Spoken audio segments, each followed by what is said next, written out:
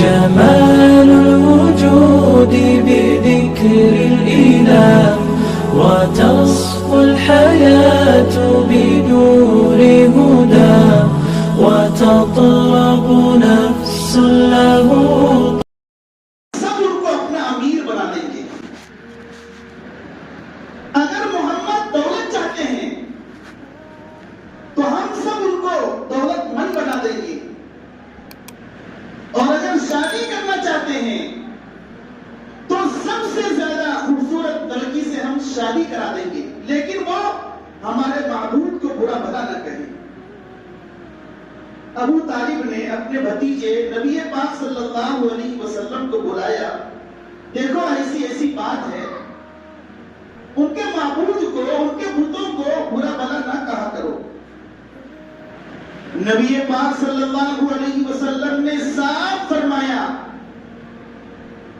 اے چچا سن لیجئے، اگر یہ کفار مکہ میرے ایک ہاتھ میں چاند رکھتے ہیں اور دوسرے ہاتھ میں سورج رکھتے ہیں، تب بھی میں خدا کا پیغام بندوں تک پہنچانے سے میں باز نہیں آ سکتا. مجھے اللہ نے پیدا کیا ہے اور مجھے بھیجا ہے کہ میں توحید کی دعوت دوں، لوگوں کو ایک اللہ کی طرف بلاؤں.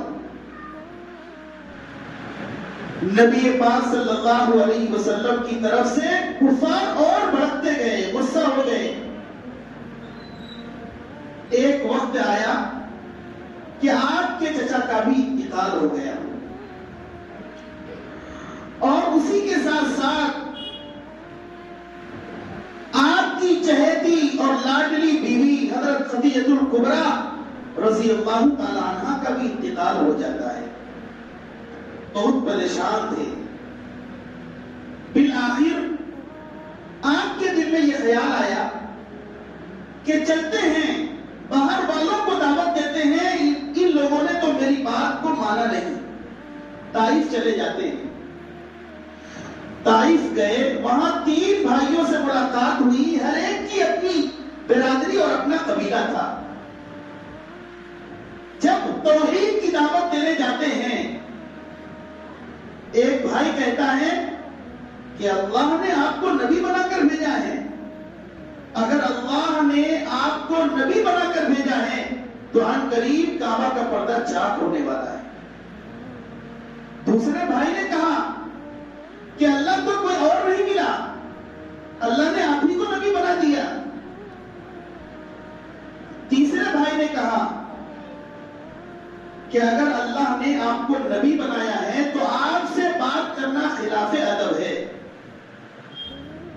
اور اگر آپ جھوٹ بول رہے ہیں تو ہم جھوٹوں سے بات نہیں کرنا چاہتے. وہاں سے بھی آپ صلی اللہ علیہ وسلم اداس ہو گئے. کفار مکہ نے چھوٹے چھوٹے بچوں کو میرے اور آپ کے آقا جناب محمد رسول اللہ صلی اللہ علیہ وسلم کے پیچھے لگا دیا. وہ بچے تالیاں بجاتے تھے، وہ بچے مذاق اڑایا کرتے تھے، پتھر پھینکا کرتے تھے، پتھر مارا کرتے تھے، یہاں تک کہ نبی پاک صلی اللہ علیہ وسلم نے دعا کی، اور دعا کر کے یہ کہتے ہیں، اے اللہ کیا آپ مجھ سے ناراض ہیں؟ کیا آپ نے کن لوگوں کو میرے حوالے کر دیا ہے؟ اللہ کی رحمت جوش میں آتی ہے، نبی کی دعا قبول ہوتی ہے. نبی پاک صلی اللہ علیہ وسلم کے پاس جبرائیل علیہ السلام کو بھیجا جاتا ہے کہ اے محمد، اگر آپ چاہتے ہیں تو ہم ان بستی والوں کو 2 پہاڑوں کے بیچ میں رکھ کر کچل دیں، لیکن قربان جائیے میرے اور آپ کے آقا جناب محمد رسول اللہ صلی اللہ علیہ وسلم پر. آپ نے انتقام نہیں لیا، آپ نے بدلے لینے کے بارے میں نہیں سوچا، بلکہ آپ نے فرمایا چھوڑ دیجئے، اللہم اہد قومی فإنہم لا یعلمون. یہ میری بات کو ابھی نہیں سمجھ رہے ہیں، ہو سکتا ہے اللہ بعد میں ان کو ہدایت دے دے. ہر طرف سے ٹوٹے ہوئے تھے. کفار مکہ نے بھی پریشان کیا، بچوں نے بھی پریشان کیا.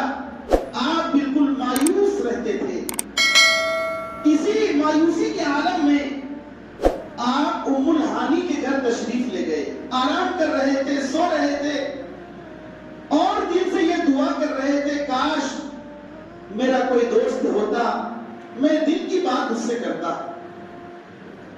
کاش میرا کوئی رفیق ہوتا تاکہ میں اپنے دل کی اس سے بات بتاتا۔ آنکھ لگ گئی، اللہ تعالیٰ نے حضرت جبرائیل علیہ السلام کو بھیجا، جاؤ محمد عربی صلی اللہ علیہ وسلم کو بلا کر لاؤ۔ جیسے حضرت جبرائیل علیہ السلام تشریف لاتے ہیں، سلام کرتے ہیں اور یہ پیغام سناتے ہیں، چلیے اللہ یاد فرما رہے ہیں، چلیے آپ میرے ساتھ تشریف لائیے، ان ربک یشتاق الیک، اللہ آپ کے مشتاق ہیں، چلیے میرے ساتھ تشریف لے چلیے۔ باہر نکلتے ہیں، آپ کے سینے کو چاک کیا جاتا ہے، زمزم کے پانی سے دل کو دھویا جاتا ہے، پھر براق لایا جاتا ہے۔ یہ براق کیا چیز ہے؟ براق کے معنی کیا ہے؟ براق ایک گھوڑے کا نام ہے، انتہائی تیز رفتار گھوڑا۔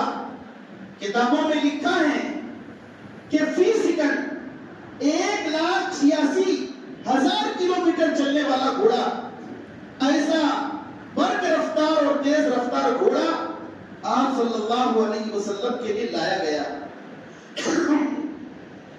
نبی پاک صلی اللہ علیہ وسلم اس گھوڑے پر سوار ہوتے ہیں، گھوڑے پر زین بھی ہے، لگام بھی ہے۔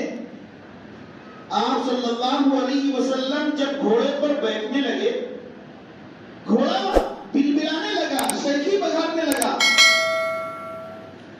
حضرت جبرائیل علی نبینا علیہ السلام نے گھوڑے سے مخاطب ہو کر کے فرمایا، اے گھوڑا جانتے بھی ہو تمہارے پیٹھ پر کون سوار ہو رہا ہے؟